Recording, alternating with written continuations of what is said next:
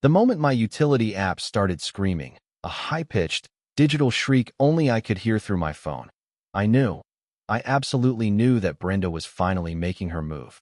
I'd never felt such a chaotic mix of dread, sheer annoyance, and a kind of terrible, vindictive satisfaction, all at once. Because who, in the year 2025, thinks they can just commit a felony, steal power in broad daylight, from a house practically wrapped in security cameras, and still act like I was the one in the wrong when they got caught? But of course, this was Brenda from 122 Elm Street, and logic hadn't checked in with her brain since approximately 1998. I threw open the door, half expecting to see a flickering fuse box, maybe a smoke plume, but what I saw was somehow worse and infinitely more ridiculous. There she stood, right beside my custom-built, HOA-approved electrical panel, looking like a discount wildlife enthusiast in a sparkly, oversized cheetah print cardigan and sunglasses big enough to shield her from the future she was actively sabotaging. She had a pair of industrial wire cutters, the kind you buy when you plan on doing something serious. And she was tapping away at my breaker box while simultaneously yelling into her phone at someone who was probably her personal consultant of questionable decisions, advising her on how to bypass basic property laws. I just froze there, speechless. How do you even begin to process a scenario where your neighbor is literally pilfering your electricity while having the audacity to glance over, catch your eye, and then loudly mutter, "Well, you clearly have plenty, Dale. You should be thankful I chose yours." Before I could even formulate a coherent sentence, something stronger than, "What the actual heck, Brenda?" my phone displayed a new, terrifying, but secretly hilarious message. Police notified. Unauthorized breaker tampering detected. My smart meter, which I'd installed last year precisely because of her history of mysteriously long extension cords snaking across my lawn during her infamous summer solstice socials, had just called the cops on her automatically. My first thought was, oh God, here comes the neighborhood spectacle. But then, oh yes. Finally, undeniable proof that this woman has been messing with my life for months.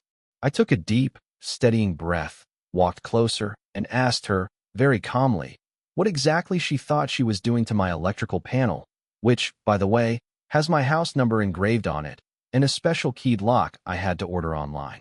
She rolled her eyes at me like I'd interrupted her personal spa retreat and announced, I need power, Dale. The HOA shut off my service because of those stupid overdue fines, which, by the way, is your fault because you voted against my petition for a year-round decorative garden gnome display. Right as she finished that Pulitzer-worthy excuse, a police cruiser turned the corner, lights flashing, silent but deadly. I could practically hear the sound of her bravado cracking. She instantly dropped the cutters, switched from entitled thief mode straight into professional victim theatrics, clutching her chest and wobbling like someone had just told her the mall was closing forever. She started wailing dramatically that someone would dare call law enforcement on her, the injured party, not the woman pulling energy out of my home like a raccoon trying to steal internet service.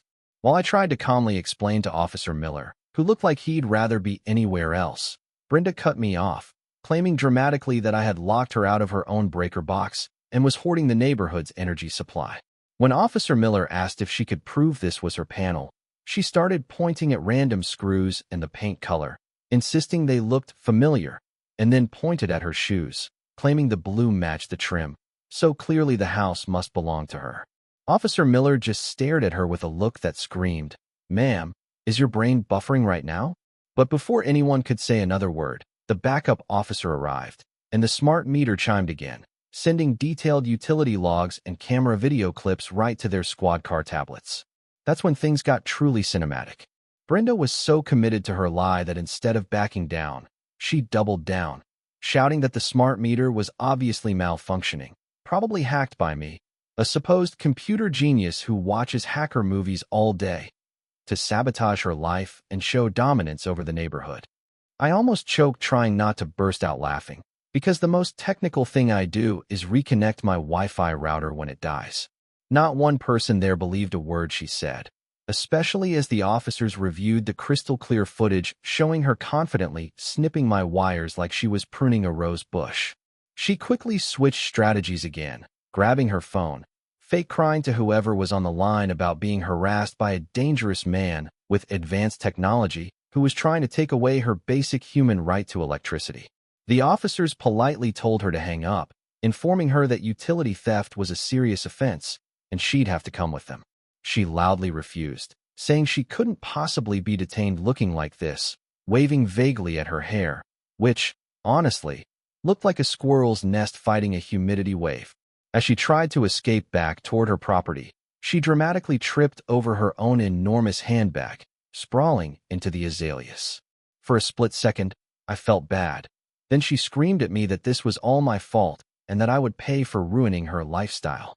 As the officers escorted her away, she swore it wasn't over, but I smiled, knowing the smart meter had just paid for itself 20 times over. The police car disappeared around the corner with Brenda still protesting loudly from the back seat, and I finally took a deep breath, thinking, maybe, just maybe, that's the end of it. But living next to Brenda meant there was never an end, only a short, nervous pause before the next wave of chaos. I should have known better than to feel relief for even a moment, because by the time I sat down with a cup of coffee, my phone buzzed with a new notification from the smart meter app. A strange pattern of power fluctuation detected right along the fence line near her property. I instantly knew she must have called in reinforcements, probably a friend, or her cousin, or some self-proclaimed underground electrician she met while arguing over coupons in a supermarket parking lot. Sure enough, moments later, a rusted-out pickup truck with peeling stickers advertising 24/7 electrical sort of pulled up outside her house. A man climbed out wearing patched overalls and a baseball cap that said certified in permanent marker, but spelled with an extra T. Whatever was about to happen, I knew it wasn't going to be safe or legal. The guy didn't even walk to her house like a normal person. He crept around the bushes and headed directly toward the same shared fence line where my power cables ran underground, accompanied by Brenda herself, freshly bailed out, her hair now somehow more chaotic than before. She pointed wildly at my property, whispering loudly, as if whispering made trespassing legal. The mysterious electrician squinted at the cables like they were written in ancient code, then nodded confidently after about 10 seconds, terrifying me because he clearly understood nothing. I could practically see the headline already. Local man starts wildfire trying to pirate electricity. I walked over calmly, trying not to startle the electrical bandit, and asked if they needed assistance, feigning politeness. Brenda whipped around like a movie villain caught mid-monologue, hissing, "Mind your own business, Dale. I am taking back what belongs to me." I reminded her that the police had literally just explained that it wasn't her power, but she waved her hand dismissively, claiming those officers didn't understand her situation and she would handle this privately because she doesn't believe in relying on government services, unless she needs them, of course. The electrician stepped closer to the cables, holding a pair of pliers that looked older than me. That was my cue. I pulled out my phone, showed him the smart meter alerts, and told him that anything he touched would be recorded and reported real-time to the police, the utility company, and possibly a court, since Brenda already had a file building against her. The man's face went instantly pale, like he realized he wasn't getting paid enough to battle smart technology and an insane neighbor. He mumbled something about needing the right tools, scrambled into his truck, and peeled away like he was escaping the apocalypse, leaving Brenda alone with her impotent rage and public humiliation. She immediately pivoted back into performance mode, accusing me of cyberstalking and claiming I was violating community standards by having a house smarter than everyone else. That night, after the electrician fled, I heard a loud metallic clank from the side of her garage, followed by a curse and a sound like a garden shovel hitting a rock. The lights inside her house flickered wildly, like it was possessed by a cheap horror movie demon. I stepped outside once more only to see sparks shooting from a panel she had clearly pried open with what looked like a spatula. She shrieked as a tiny electrical arc jumped out, narrowly missing her fingers. She instantly blamed me, shouting that my property was dangerous and I should be sued for trying to electrocute her on her own land. I tried to explain that if she stopped poking random electrical systems with cooking utensils, she might survive the afternoon, but she wouldn't hear it. The lights eventually went dark entirely, and she gasped dramatically, calling her power outage a hate crime, stumbling around the driveway with her arms stretched out like a zombie, claiming I stole light from her life. The absurdity would have been funny if it weren't so dangerously close to causing a fire. So, I called the utility company again, explaining that my neighbor was actively committing war crimes against energy. They sent out an emergency technician. When he arrived, Brenda bolted out of her house, pointing at me. He did it. He's obsessed with control and wants all the electricity for himself. I barely kept a straight face as the technician opened a tablet, displaying system logs showing exactly where the tampering occurred, including timestamped video of Brenda flailing around trying to stab the wires into submission. The technician looked at her like he'd seen many strange things, but this ranked high on the list, calmly warning her that further interference could lead to massive fines or criminal charges beyond what she already faced. Brenda went quiet for the first time, but her silence wasn't surrender, it was planning. I could see the dangerous spark in her eyes, more dangerous than the electrical ones she unleashed earlier, and she whispered to me with a sinister smile, "If you think this is over, Dale, you don't understand how determined I am to maintain my lifestyle." The next morning, I stepped outside and saw a stack of papers taped all over my fence with messy red marker scribbles, accusing me of sabotaging her, stealing her human rights, and personally causing a blackout. Then I spotted her across the lawn, marching toward me, dressed like she was ready to lead a protest, carrying a megaphone she probably ordered for express delivery. She began shouting loud enough to scare birds from nearby trees that I was a tyrant hoarding electricity like some futuristic warlord. While she kept shouting, the smart meter app buzzed again, showing a connection attempt right near my power lines. I knew she'd recruited backup, and that backup arrived in the form of her equally dramatic sister, Carla, who showed up like a mini Brenda clone, but louder, wearing a glitter jacket and holding a toolbox full of random items like corks, tape, and something that genuinely looked like a cheese grater. As I tried to step between them and my property, Carla puffed out her chest, saying she had taken 3 online interior design courses, which apparently meant she was also qualified in home infrastructure, and declared she would reconnect Brenda's power no matter what. Brenda acted as her motivational speaker, yelling how they were warriors of justice fighting against the evil empire of smart technology. Then came the moment I should have expected, but still wasn't prepared for. Brenda hoisting a giant aluminum ladder and setting it against my house, pointing at the smart meter, calling it the source of all oppression, and announcing she would climb and manually disconnect it because she didn't believe in devices snitching on law-abiding citizens like herself. My heart dropped. I told her to stop, warning her again that the system automatically alerts authorities, but she accused me of bluffing and put one foot on the ladder, just as the familiar sound of police sirens echoed through the street once more. This time, 2 squad cars arrived, along with a utility company truck and the HOA board member, Richard, who always appears whenever trouble happens, not to help, but to take notes for future arguments.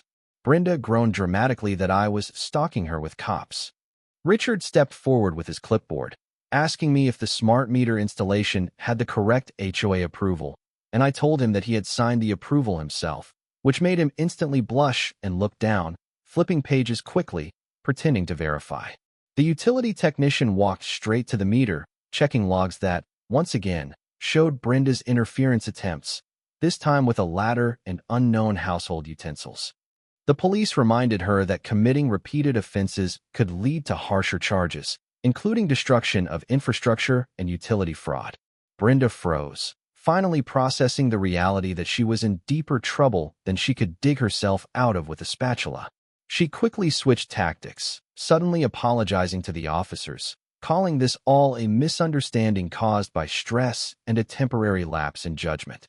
But her apology lasted about 3 seconds before she turned toward me, screaming that she would make sure every single light in my house went off one day and I would learn what true darkness felt like.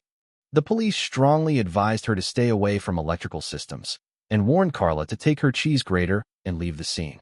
As Richard lingered, muttering about community harmony and asking if I would still consider hiding the meter so Brenda wouldn't be so triggered, I asked him if we should also hide the sky so she wouldn't feel offended by daylight. He sighed and walked away. I thought the worst was over, but that night, I saw through my window that she had placed a huge cardboard sign in her yard reading, "Boycott electricity tyrants." demanding that neighbors unplug everything in solidarity with her blackout. The irony was so massive I nearly choked. At 8 p.m., I heard clapping and shouting outside, and I peeked out to see Brenda marching up and down the street, holding a candle, chanting, "No more energy dictatorship." Every house remained brightly lit, except hers. The only other person following her protest was a stray cat who accidentally knocked over her candle, which almost set her sign on fire. She screamed about an assassination attempt, blaming me for sending feline agents.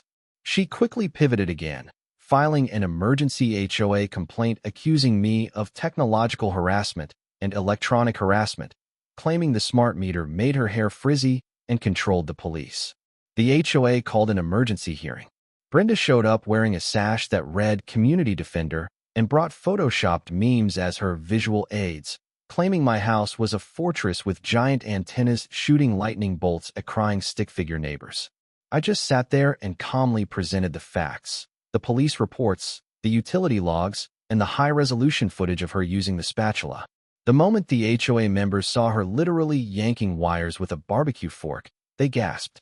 The board ruled decisively in my favor, prohibiting Brenda from touching any electrical systems ever again without professional supervision. I thought victory tasted sweet, but as the neighbors congratulated me, I saw her cousin, Gary, a self-proclaimed legal expert, not Tommy, thank goodness, whispering to her, pointing at my house, plotting revenge. That night, my phone buzzed with a new smart meter alert. Unauthorized access attempt detected near the back fence. I rushed to the window, and my stomach dropped. There was Brenda, dragging a long, neon orange extension cord, running it along the fence toward the main utility power pole outside the neighborhood boundaries. That wasn't just illegal, that was catastrophically stupid. She plugged one end into a portable battery and attempted to hook the other end to the exposed utility cables while Gary cheered her on. Just then, a massive spark erupted as the cord brushed against the wrong wire, sending a crack of electricity that shot across the fence, making her jump backward, screaming, "The power lines hate me." I barely had time to react before the familiar sirens wailed once again, louder and faster. The police arrived for the third time in 2 days, and they were done with her drama. They cuffed her while she yelled that she would rise again like a phoenix of power, justice, and perfectly styled hair. As the cruiser door slammed shut, Gary shouted at me that this was all part of her master plan. She was released the next morning, predictable as the sunrise. I knew something big was coming because she was far too quiet. Then I saw her dragging an enormous tarp-covered object on a wooden dolly wobbling loudly down her driveway. The tarp snagged, revealing her ultimate creation, a monstrosity of scavenged parts, including 2 car batteries, a rusty satellite dish, 3 desk fans, tangled extension cords, and, in the very center, a sparkling disco ball. She called it the Energy Reclaimer Mark I, and claimed it harnessed invisible waves from local power sources to redistribute them. She shoved the device into the middle of the street, right between our houses, yelled that the neighborhood deserved a chance to free itself, and flicked a duct-taped switch. The whole machine began vibrating violently, sparks jumped inside the dish, and the disco ball spun slower than a lazy turtle. The alarm in my smart meter app rang so loud I dropped my phone. The system detected an extreme power surge dangerously close to the distribution lines. Before I could shout a warning, a storm that had been hovering for days broke loose, and rain crashed down instantly, drenching everything, including her Frankenstein machine, which responded with a loud crackle, a bright flash, and then a chaotic shower of sparks and loud pops. Brenda stumbled backward, screaming that I sabotaged her invention with weather control. Before she could escalate the madness further, the cavalry arrived. The police, 2 fire trucks, the utility van, and this time, a city inspector, someone clearly higher up.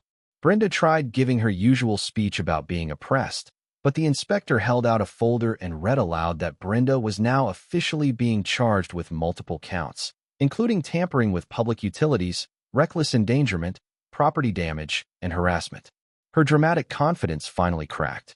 She was banned from touching any electrical infrastructure within 100 feet of any power source without supervision and must pay fines so large she looked ready to faint. As they escorted her to the cruiser, she screamed that justice would find a way, that I would not win, and that power belonged to the people and not to the machines.